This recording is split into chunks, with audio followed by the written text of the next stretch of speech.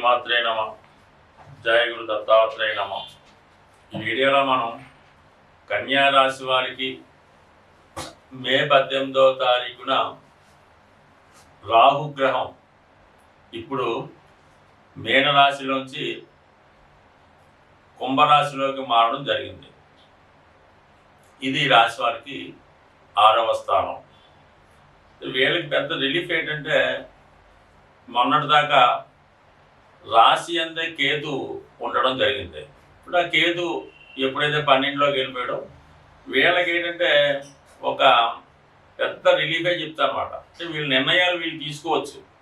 ఏదైనా ఒక అవకాశం వచ్చినప్పుడు దాన్ని ఉపయోగించుకోవడానికి కూడా వీరికి తగువైనటువంటి సామర్థ్యం ఉంటుంది. మరి రాహు 6 అన్నది చాలా వరకు వీళ్ళకి విజయస్థానం లాంటిదే.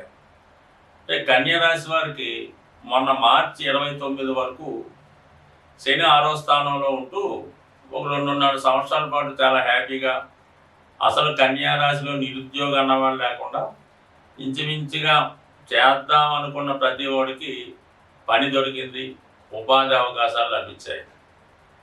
మరి మార్చి నెలలో చివరిలో వెళ్ళిపోయినటువంటి శని కొంత ఇబ్బంది పెట్టినప్పుడు కూడా దాని స్థానంలోకి ఇప్పుడు రాహు రావడం జరిగింది. మరి అంటే 6వ స్థానంలోకి ఈ పాపగ్రహాలైనటువంటి రాహు రావడంతో మళ్ళా వీళ్ళ యొక్క విజయ అవకాశాలు రావడం మొదలైనమాట. అంటే 6వ స్థానం శత్రువులు, రోగాలు, రుణాలు, అంటే వీటి నుంచి బయటపడడం జరుగుతుంది. ముఖ్యంగా ఉద్యోగ అవకాశాలు. గతంలో ఏదైనా మామూలు సంస్థలో ఉద్యోగం కొరకు ప్రయత్నం చేస్తున్నటువంటి మీరు ఇప్పుడు ఏదైనా ఒక మల్టీనేషనల్ కంపెనీలో ఒక సాఫ్ట్వేర్ ఇంజనీర్గానో లేదంటే ఒక పెద్ద ఎయిర్లైన్స్లోనో మీకు పెద్ద ఒక హాస్పిటల్, కార్పొరేట్ హాస్పిటల్లోనో ఉద్యోగ అవకాశాలు రావడం జరుగుతూ ఉంటుంది. మరీ ముఖ్యంగా ఎక్కువగా ఈ కన్యా రాశి వారు మరి మెడికల్ రంగం అనేది ఎక్కువ ఇంట్రెస్ట్ ఉంటుంది వాళ్ళకి. ముఖ్యంగా ఇందులో జన్మించినటువంటి స్త్రీలు ఎక్కువగా డాక్టర్ కావాలనే ఆశయంతో ఉంటారు.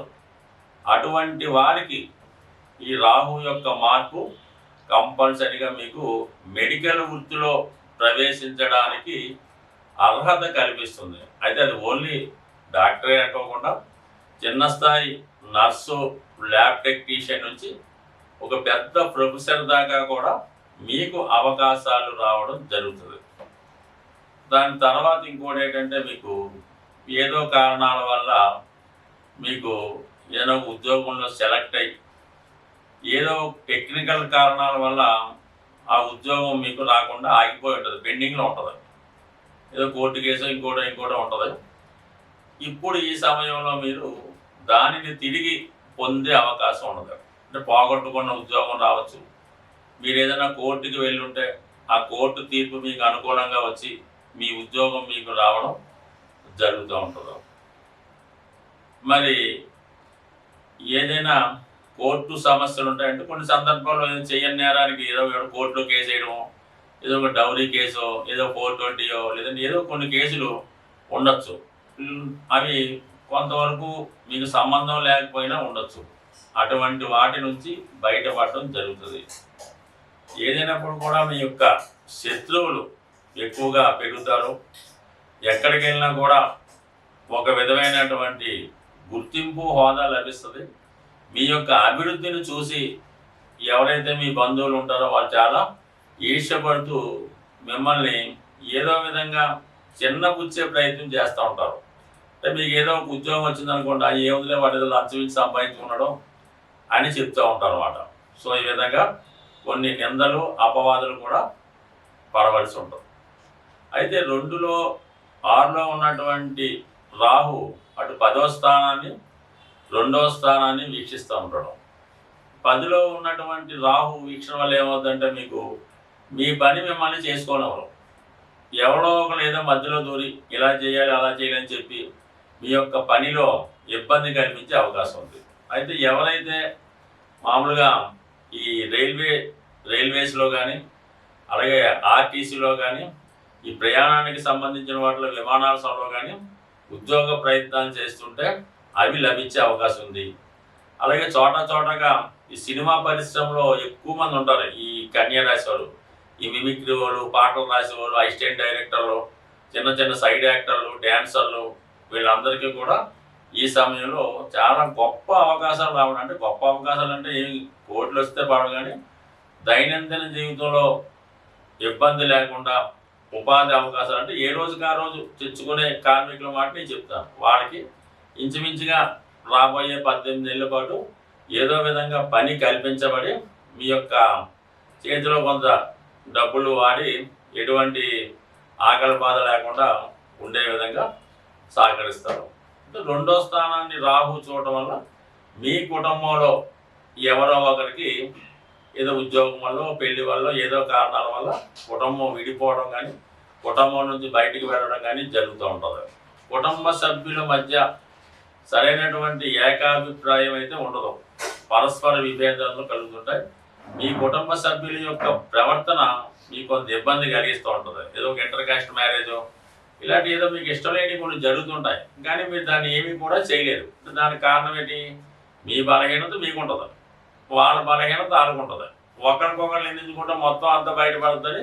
ఎవరికారు కామ్గా ఉంటూ ఒకరు చేసిన పని ఒకరు భరిస్తూ కష్టంగా అయినా ఉండక తప్పదు. సో ఈ విధంగా రాహు కంపల్సరీగా ఉద్యోగ సంబంధించిన విషయాలు బాగుంటాయి, అది వరకు పక్క. ఆరోగ్యపరంగా మాత్రం కొన్ని దీర్ఘకాలికంగా ఉన్నటువంటి అనారోగ్య సమస్యలు బయటపడే అవకాశం ఉంది. అది ఎలాగా? మన యొక్క సెల్ఫ్ మిస్టేక్స్ వల్ల, ఏదో ఒక బ్యాడ్ హ్యాబిట్స్ వల్ల అవి బయటకు వచ్చే అవకాశం ఉంది. ఎక్కువగా సిగరెట్ స్మోకింగ్, ఈ డ్రింకింగ్, ఈ వ్యభిచార కార్యక్రమాలు చేస్తున్న వారికి ఆ హెల్త్ ప్రాబ్లమ్స్ వచ్చి అవి చాలా వరకు ఇబ్బంది పెట్టే అవకాశం ఉంటుంది. వాటి విషయంలో జాగ్రత్త తప్పనిసరి. స్వస్తి. సాధారణంగా మనిషి జీవితంలో ఆ యొక్క జాతకుడిని అత్యంత ఉన్నత స్థాయికి తీసుకెళ్లాలన్నా, అత్యంత పతనానికి తీసుకెళ్లాలన్నా రాహువే కారణం అవుతూ ఉంటాడు. రాహు ఆశకి కారకుడు. ఏదన్నా ఆశ పడితే అది దక్కేలాగా చేస్తాడు, దాని ద్వారానే ఇబ్బందిని కూడా కలగజేస్తూ ఉంటాడు. సో అందువల్ల రాహుగ్రహం ఏంటంటే పరిహారాలు చేసుకోవడం ద్వారా రాహుని మనకు అనుకూలంగా మార్చుకుంటే కంపల్సరిగా జాతకుడికి ఒక మంచి ఉన్నత స్థానాన్ని, మంచి నేముని, మంచి ఆరోగ్యాన్ని కూడా ఇవ్వడం జరుగుతూ ఉంటుంది. ఏదైనా పూర్వజన్మలో చేసుకున్నటువంటి పాప పుణ్యాన్ని ఈ జన్మలో అనుభవించే విధంగా రాహు చేయడం జరుగుతూ ఉంటుంది. రాహు ఉన్న స్థానాన్ని బట్టే మనం పూర్వజన్మలో ఏం చేసాం, ఈ జన్మలో ఏం చెయ్యకూడదు అన్న విషయాన్ని జాతకం చూడగానే అర్థమవుతుంది. అనుభవం గల జ్యోతిష్కుడు రాహుని బట్టే తను జాతకుడి యొక్క భవిష్యత్తుని నిర్ణయించడం జరుగుతూ ఉంటుంది. ఉదాహరణకి రాహువు శుక్రగ్రహంతో కలిసి ఉంటే కేవలం స్త్రీల వల్ల, వ్యసనాల వల్ల నష్టపోవడం జరుగుతూ ఉంటుంది. అలాగే కుజుడితో కలిస్తే తన యొక్క అహంకారం వల్ల, తన యొక్క ఓవర్ డామినేషన్ వల్ల నష్టపోవడం జరుగుతుంది. అన్నదమ్ముల వల్ల, బంధువుల వల్ల కూడా పతనానికి కారణం అవుతూ ఉంటుంది. ఇంకా చాలా ఉంటాయి. బట్ దీనికి పరిహారం ఏంటంటే కేవలం కనకదుర్గ అమ్మవారు. అంటే మనం ఈ శక్తి దేవతల్ని ఆరాధించడం వల్ల ప్రాంతాలను బట్టి ఉంటుంది. కొన్ని ప్రాంతాల్లో కాళికాదేవి, కొన్ని ప్రాంతాల్లో కనకదుర్గ అమ్మవారు, కొంతమంది ప్రత్యంగర అమ్మవారు, ఈ దశ మహావిద్యలు ఇవన్నీ కూడా రాహుకు సంబంధించినవి. మరి కొంతమంది క్షుద్ర విద్యల ద్వారా రాహుని శాంతింపజేసినప్పుడు కూడా అది మళ్ళీ వేరే విధంగా ఎఫెక్ట్ అయ్యే అవకాశం ఉంది. కాబట్టి అటువంటి వాటికి జోలికి వెళ్లకుండా ఈ సాత్విక దేవతలైనటువంటి ఈ కనకదుర్గ అమ్మవారిని ఆరాధించుకోవడం వల్ల మనకి ఇబ్బంది తొలుగుతుంది. వెరీ సింపుల్ ఏంటంటే కనకదుర్గ అష్టోత్తర పారాయణం, లలితా సహస్రనామ పారాయణం, ప్రతి శుక్రవారం అమ్మవారికి కుంకుమార్చన ద్వారా చేయించడం కానీ, అవసరమైతే అమ్మవారికి ఈ చందనం, కుంకుమ, పసుపు ద్వారా అభిషేకాలు చేయడం జరుగుతూ ఉంటుంది. ఏదైనా ఈ పుణ్యక్షేత్రాలు అంటే ముఖ్యంగా అమ్మవారికి సంబంధించినటువంటి పుణ్యక్షేత్రాలు దర్శించి అక్కడ రాత్రి నిద్ర చేయడం వల్ల చాలా వరకు ఈ దోష పరిహారం అవుతుంది. ఇది ఆధ్యాత్మికంగా ఉన్న వాళ్ళకి తోడవుతూ ఉంటుంది. మినువులు రాహుకి సంబంధించినటువంటి దినుసు కాబట్టి మరి రాహు దోష ప్రభావం ఉన్నవారు మినువుల్ని దానం చేయొచ్చు. దానికి కాకుండా శుభ్రంగా ఈ వడలు అంటే గారెలు అంటారు, వడలు అంటారు, శుభ్రంగా మినపప్పుతో బ్రహ్మాండంగా తయారు చేయించి అది అంటే ఎక్కువగా చేయాలన్నమాట. ఇది ఒకటి రెండు కాదు చేసి ఏదైనా కొంత అనారోగ్యంతో బాగా ఇబ్బందితో ఉన్నటువంటి బెగ్గర్స్ లాంటి వాళ్ళకి ఒక 8 వడలు శుభ్రంగా మంచి చట్నీతో వాళ్ళకి ఆదివారం కానీ మంగళవారం కానీ వాడు కడుపు నిండా తినేలాగా ఈ మినపగారెలు వాళ్ళకి పెట్టవచ్చు. దాని తర్వాత ఇంకోటి ఏంటంటే అమ్మవారికి నిమ్మకాయల దండ వేయడం ద్వారా కూడా అనుకూలత ఏర్పడుతుంది. ఇంకా కొద్దిగా ఏదైనా ఒక ఇబ్బందులతో అనారోగ్యాలతో మానసిక వ్యాధులతో ఇబ్బంది పడుతున్నవారు ఈ పీచుతో ఉన్నటువంటి కొబ్బరికాయ శుభ్రంగా ఆదివారం కానీ అమావాస్య రోజు కానీ సాయంకాలం రోజు ఏదైనా నదిలో వేయవలసి ఉంటుంది, విసర్జించి మళ్ళీ వెనక్కి వచ్చేస్తే మంచిది. అలాగే అష్టముఖి రుద్రాక్ష ధరించడం ద్వారా, వెండి చైను మెడలో వేసుకోవడం ద్వారా, గోమేదుకు అనే ఉంగరం వెండిలో చేయించి కుడి చేయి మధ్య వేలి పెట్టుకోవడం వల్ల కూడా జరిగే అవకాశం ఉంది.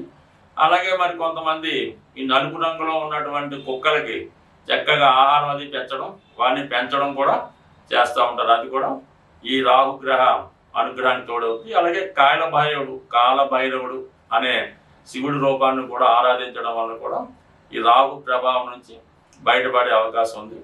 అలాగే ఏంటంటే బాగా విపరీతమైనటువంటి చర్మ వ్యాధులు, అలాగే కొన్ని రకాల వ్యాధులతో బాధపడుతున్న వారికి మీరు అంటే వైద్యం చేయించవచ్చు, మీరు వారికి సేవ చేయొచ్చు. అంటే వారికి ఏమైనా వారి సదుపాయాలు కల్పించడం వల్ల, అలాగే వృద్ధాశ్రమంలో ఉన్నటువంటి రోగులకి ఎవరైతే వారి పనులు వారు చేసుకోలేకుండా ఉంటారో వారికి మీరు ఏదైనా సేవ చేయడం ద్వారా మీకు రాహుగ్రహ పరిహారం జరుగుతుంది.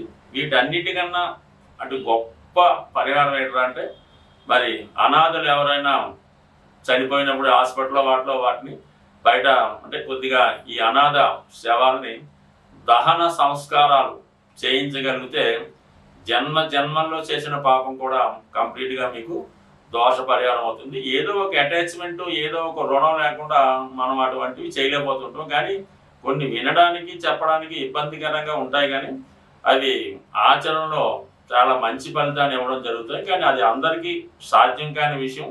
ఏదైనా భగవంతుడి యొక్క అనుగ్రహం ఉంటేనే కొన్ని పరిహారాలు మనతో ఆ భగవంతుడే చేయించి ఆ పాప కర్మల నుంచి మనం బయటపడే విధంగా చేయడం జరుగుతూ ఉంటుంది. జాతకుడికి ఇంకా కర్మ ఉంటే ఆ పాపాలను చేసుకుంటూ అలాగా ఇంకా పాపాన్ని పెంచుకొని ఇంకా భ్రష్టుడు అయ్యే అవకాశం ఉంది. బట్ ఏదైనా రాహు యొక్క అనుగ్రహం పొందడం అంటే సాక్షాత్తు అమ్మవారి యొక్క అనుగ్రహం పొందడమే.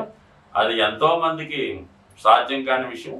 కొంతమందికే మన రామకృష్ణ పరమహంస లాంటి మహా గొప్పవాడికి అటువంటి సాత్కారం జరిగింది. కాళిదాసు ఇటువంటి వారు ఈ రాహుగ్రహ అనుగ్రహంతో మరి మంచి ఖ్యాతి గడించడం జరిగింది. స్వస్తి.